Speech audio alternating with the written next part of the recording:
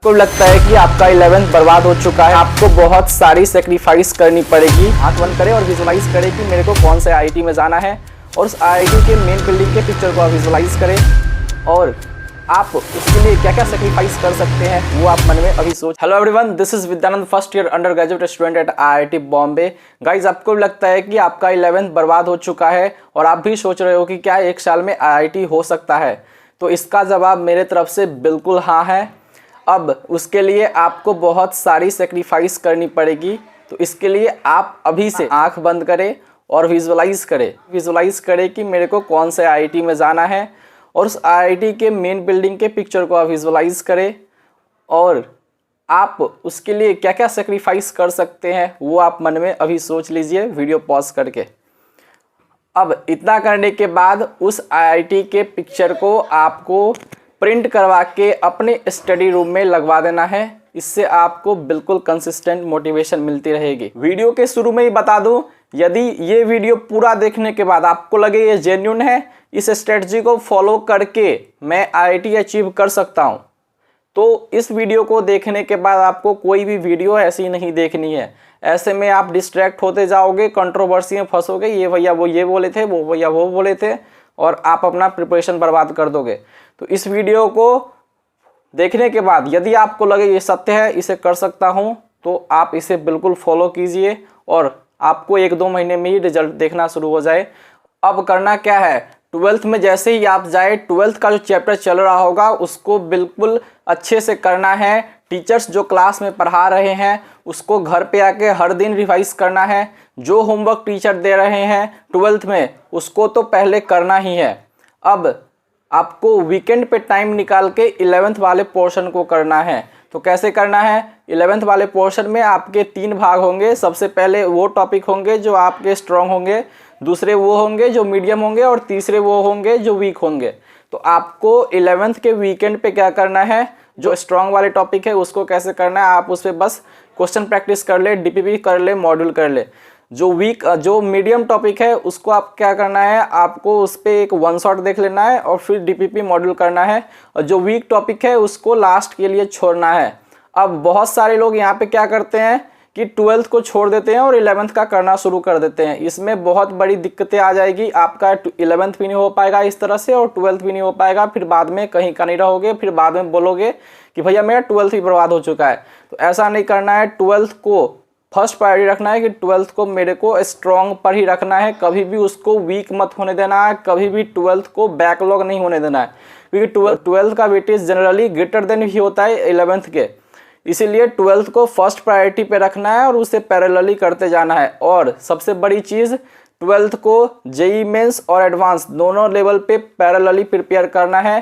Class करने के बाद एक्सरसाइज 1 जो जेईई मेंस लेवल के होते हैं, फिर प्रीवियस ईयर जेईई मेंस, उसके बाद एडवांस के प्रॉब्लम भी लगाने हैं, एडवांस के पीवाईक्यूज भी करने हैं, उसके बाद नेक्स्ट चैप्टर पे बढ़ने हैं।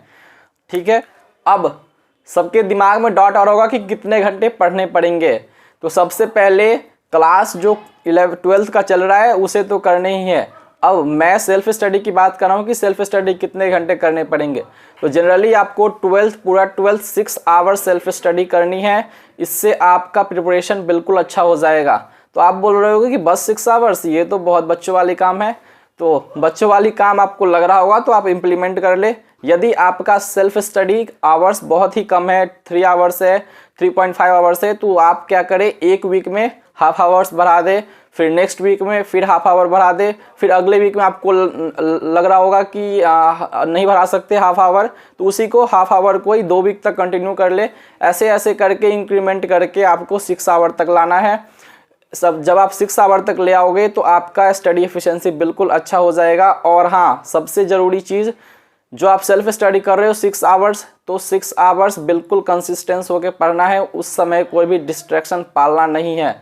उस समय बस पढ़ना है तो पढ़ना है। जो क्वेश्चन मैंने सोच लिया है कि सॉल्व करना है, जो पार्ट करना है, वो जो सेक्शन करना है उसे करना है। आपको उस समय कोई भी डिस्ट्रैक्शन की चीज़ें पालनी नहीं है। तो 12th की क्लास और 6 आवर सेल्फ स्टडी आपको बिल्कुल रखना ही है। 6 आवर सेल्फ स्टडी को आप 3 स्लॉट में डिवाइड कर लीजिए, 2 आवर्स 2 आवर्स 2 आवर्स। और इसमें बिल्कुल रिजिड नहीं हो जाना है कि 2 आवर्स ही एक ही साथ बैठना है। आप थोड़ी मोड़ी फ्लेक्सिबिलिटी चलती है। आप ह्यूमन बीइंग हो तो फ्लेक्सिबल और कभी कभी ऐसा दिन भी आ जाए जिसमें 6 आवर्स नहीं हो पाए, 4 आवर्स ही हो पाए। कभी कभी ऐसा भी दिन आ सकता है जो 6.5 आवर्स भी जा सकता है। तो कभी कभी फ्लेक्सिबिलिटी तो हमेशा रहती ही है, लेकिन आपको उसी दायरे में रह के ही चलना है कि 6 आवर्स के दायरे में ही रह के आपको काम करना है। इससे आपका कंटिन्यूटी बढ़ेगा, आपकी कंसिस्टेंसी बढ़ेगी और आपका आईक्यू, सबसे बड़ी चीज़ आपकी आईक्यू बढ़ेगी धीरे धीरे, और आपका सिटिंग हैबिट जो है वो धीरे धीरे बढ़ता जाएगा। अब तीसरी इंपॉर्टेंट चीज़ है कि आपको एक वीकली रूटीन बनाना है और आपका एक डेली रूटीन होना चाहिए।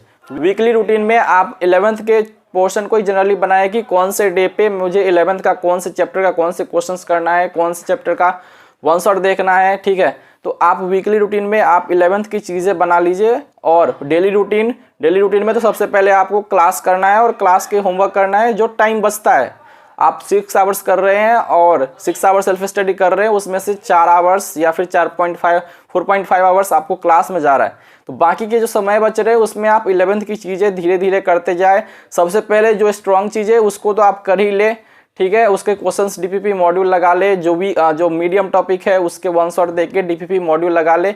इतने करने के बाद भी आपका 12th का इतने करने के बाद भी आपका 11th का 60-70% पोर्शन तो स्ट्रॉन्ग हो ही जाएंगे, आपको भी लग रहा होगा हो ही जाएंगे। अब 12th को भी आप पूरा कर लीजिएगा तो आपको बहुत ही ज़्यादा लेवल पे सिलेबस और बिल्कुल अच्छे लेवल पे हो जाएंगे, क्योंकि आप कर रहे हो 11th का, आपको स्ट्रॉन्ग टॉपिक है, आप उसको अच्छे से कर लोगे। मीडियम टॉपिक भी वन शॉट देख के अच्छे से हो जाएंगे। 12th भी आप स्ट्रॉन्ग कर लोगे तो आप बिल्कुल सोच रहे हो कि बहुत हमारा अगर जेई का सिलेबस 100% है तो 80% मेरा बिल्कुल अच्छे से हो जाएगा, और इतना ही करना होता है और जेई में आप अच्छे मार्क्स ला सकते हो। तो बिल्कुल आपको ये कंसिस्टेंसी और ये स्ट्रेटजी बिल्कुल फॉलो करनी है। अब बुक्स कौन सी फॉलो करनी है? यदि आप एक वेल नोन कोचिंग इंस्टीट्यूट में पढ़ रहे हो और जिसका कोचिंग मॉड्यूल और डीपीपी देख के आपको लग रहा होगा कि हाँ ये जेई के लिए सफिशिएंट है, यदि मैं इसे पूरा कर लूँगा तो जेई बिल्कुल हो जाएगा, ठीक है। तो आप यदि इस टाइप के कोचिंग इंस्टीट्यूट में पढ़ रहे हो तो आपको अपने कोचिंग मॉड्यूल और डीपीपी और जो मंथली टेस्ट होते हैं उसे ही फॉलो करना है 12th पूरा। इससे क्या होगा, आपका बिल्कुल जो कोचिंग इंस्टीट्यूट पे उस पर 100% कमांड बनेगा और बहुत आपका मार्क्स दिलाने वाला है आपके एग्ज़ाम में। और भी कुछ एक्स्ट्रा चीज़ें करने की ज़रूरत नहीं है, क्योंकि आप एक्स्ट्रा चीज़ें करने जाओगे तो कोचिंग के सीट्स और मॉड्यूल छूटेंगे। इसमें आप कहीं का नहीं रह पाओगे। दो नाव में पैर नहीं रखना है, एक ही को करना है। बहुत सारे टीचर आपको कहते होंगे कि एक ही चीज़ को करना है और अच्छे से करना है। ये बात बिल्कुल परम सत्य है, यूनिवर्सल ट्रूथ है। इसे आप बिल्कुल अपने दिमाग में फिट कर लीजिए। ऐसा नहीं रखना है कि उछल कूद की ये बुक्स कर लेते हैं, फिर सिंगेज ले लेते हैं, फिर बीएम शर्मा ले लेते हैं, फिर विकास गुप्ता ले लेते हैं, ऐसे करके ये सब बिल्कुल नहीं रखना है। आपको कोचिंग सीट पे ही स्टिक करना है, आपका बहुत ज़्यादा प्रोग्रेस होने वाला है। और यदि आप सेल्फ स्टडी करने वाले हो, पूरा 12th सेल्फ स्टडी करने वाले हो, तो आप सिंगेज ले लो एक मैथ्स के लिए, फिजिकल केमिस्ट्री के लिए नरेंद्र अवस्थी ले लो, ऑर्गेनिक के लिए एमएस चौहान ले लो, इनऑर्गेनिक के लिए आप ले सकते हो आपका एनसीईआरटी और कोई भी कोचिंग सीट के मॉड्यूल ले लो। एलन का ले सकते हो, रेजोनेंस का ले सकते हो, पीडब्ल्यू का भी ले सकते हो, ठीक है। अब आपको फिजिक्स में क्या करना है, आप बीएम शर्मा फिजिक्स गैलेक्सी ले सकते हो। मैं फिजिक्स गैलेक्सी बोलूँगा क्योंकि फिजिक्स गैलेक्सी के देखोगे जेई एडवांस सॉल्यूशन, तो उसमें आशीष अरोड़ा सर बार बार बोलते हैं कि ये जो क्वेश्चन है इस क्वेश्चन से ऐसे करके लिंक है, ये क्वेश्चन इस क्वेश्चन से ऐसे करके लिंक है। तो यदि आप फिजिक्स गैलेक्सी की बुक सॉल्व्ड एग्जाम्पल के साथ आप पूरा करोगे तो जेई एडवांस में बहुत हेल्प होने वाली है। तो इसलिए जो कोचिंग वाले हैं कोचिंग पे ही फोकस कीजिए। अब बहुत लोग बोलेंगे कोचिंग वाले कि HCV कर ले क्या, तो आपको HCV करने की ज़रूरत नहीं है, क्योंकि कोचिंग वाले जो है HCV के जो इंपॉर्टेंट क्वेश्चन है आपके सीट में डाल ही देते हैं। तो ऐसे वैसे करने की ज़रूरत नहीं है, आपको कोचिंग सीट पे स्टिक करना है और आपको जो बुक बोले उस पर ही स्टिक करना है। और आप भी कोशिश करें कि पार्ट टेस्ट जो सेल्फ स्टडी कर रहे हैं आप भी कोशिश करें कि पार्ट टेस्ट हर मंथली आप देते रहे और बाकी के पार्ट टेस्ट मंथली आप देते रहे, और बाकी के जो टाइम मिलता है 12th के अलावा उस पर आप 11th को जैसे मैंने बोला वीक स्ट्रॉन्ग मीडियम उसी तरीक़ा से स्ट्रॉन्ग करना है और आगे बढ़ते जाओ। और लास्ट में यही बोलूँगा कि कंसिस्टेंट रहना है। और यदि आप 6 आवर्स सोचे हो, अगर आज 6 आवर्स ना हो पाए तो कोई बात नहीं, डिमोटिवेट नहीं होना है, अगले दिन 6 आवर्स करना है। आप ह्यूमन बीइंग हो, इधर उधर फ्लेक्सिबिलिटी चलती रहती है, ऐसा नहीं है कि रोबोट बन के ही ऐसे करके चलते जाना है, कोई नहीं कर पाता, लेकिन उसके दायरे में रहकर आप चलोगे तो बिल्कुल अच्छा होगा। आपको अपनी स्टोरी बताता हूँ कि मेरा भी पूरा 11th लगभग लग रहा था कि बर्बाद हो चुका था, क्योंकि बहुत सारे चैप्टर थे जिसके मैंने क्वेश्चंस नहीं किए हुए थे, लास्ट के 1-2 चैप्टर के तो लेक्चर भी नहीं किए थे, तो इसके कारण लग रहा था कि पूरा 11th बर्बाद हो चुका है। लेकिन जैसे ही मैंने 12th में गया, 12th को बिल्कुल स्टिक रखा, उसको फर्स्ट प्रायोरिटी दिया। 12th के जो क्लास में चल रहे थे उसको घर पे आके फिर से रिवाइज करना, जो होमवर्क मिला हुआ था क्लास में उसको आके फिर से करना, ठीक है। तो ये तो बिल्कुल पूरा 12th चलता रहा, और टाइम मिला तो 11th के स्ट्रॉन्ग वाले टॉपिक का किसी दिन वो क्वेश्चंस कर लिए, फिर मीडियम वाले का वन शॉट देख के वो कर लिए, ऐसे करके 12th भी स्ट्रॉन्ग हो गया और 11th भी पैरेलली आते आते एंड तक 11th 12th पूरा स्ट्रॉन्ग हो गया।